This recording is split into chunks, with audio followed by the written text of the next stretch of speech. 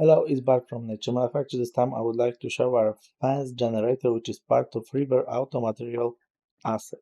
By this tool, you're able to spawn fence objects, so 3D meshes along the spline, but not only 3D meshes.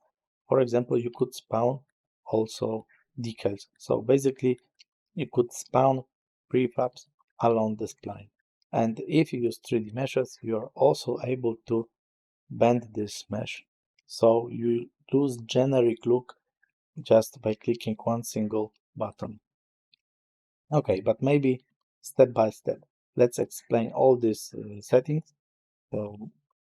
And I will show you possibilities that you have with our fence generator. Okay, so to place our fence generator, we click 3D object, we choose nature manufacture, create fence generator, and by holding Control, we place point.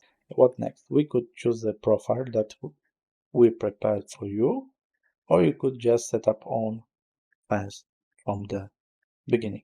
Let's maybe choose a stone wall for a test, and we click generate. If we will click auto generate, when we change the position, it will regenerate our mesh. If we uncheck this, it will regenerate it only when we click generate fence again. So what we have here, we go to the spline settings, and first of all, we have a spline density, so it's a curvature of the spline between points.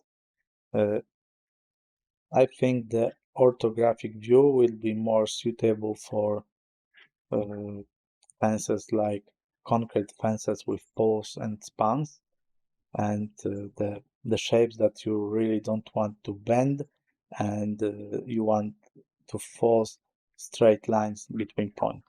But for other cases, I would say for most cases, you would rather use a smaller or higher value for spline density. The other thing is that you could loop the fence, so the last and the first point will be connected. We have also collision snap. You choose layer or layers for collision detections. It's cool because if you will place a point very high, let's maybe increase the spline density, very high, but you want to, for example, follow the terrain curvature, you don't have to place multiple points between points just, to adjust it to terrain. You just click snap, and this object automatically gets snapped to the terrain, and it gets proper.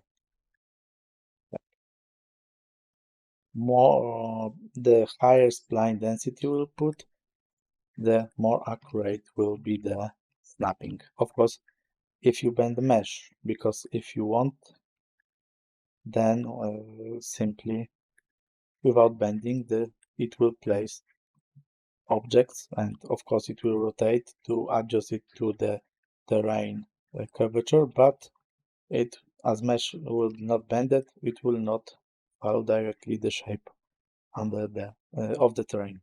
You see? So yeah, so that's about the collision and the raycast. Let's maybe show you other spline setting. So creating the parallel spline to the other spline object. Okay, so other spline setting is useful if you want to generate a parallel object, for example, pipe, or you want to force a fence generator to follow other spline object like lake or road. So how to set up this? Let's maybe copy this fence generator. Let's maybe change it to pipe.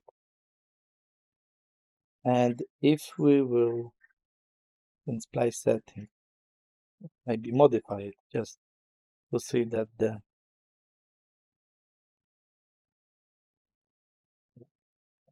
difference.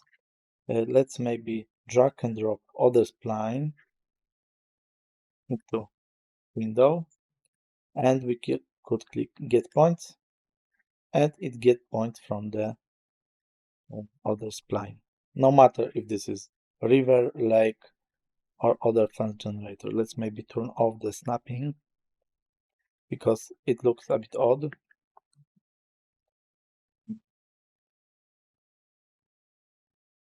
Turn off collision snap. Okay. So yeah, we could read points from the other splines as well. Super cool if you want to, for example, generate wall border on the road, or just like I said before, parallel parallel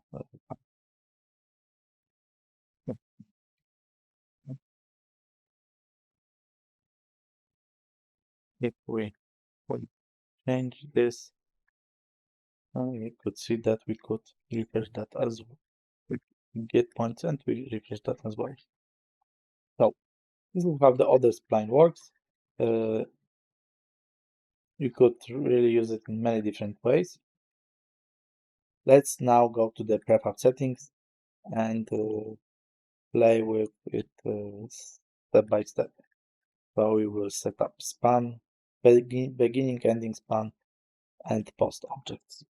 Okay, so to show you the span beginning, end, and all the span options, I would start from most complicated options. So we choose 3D object, we create files generator, we place few points for our spline,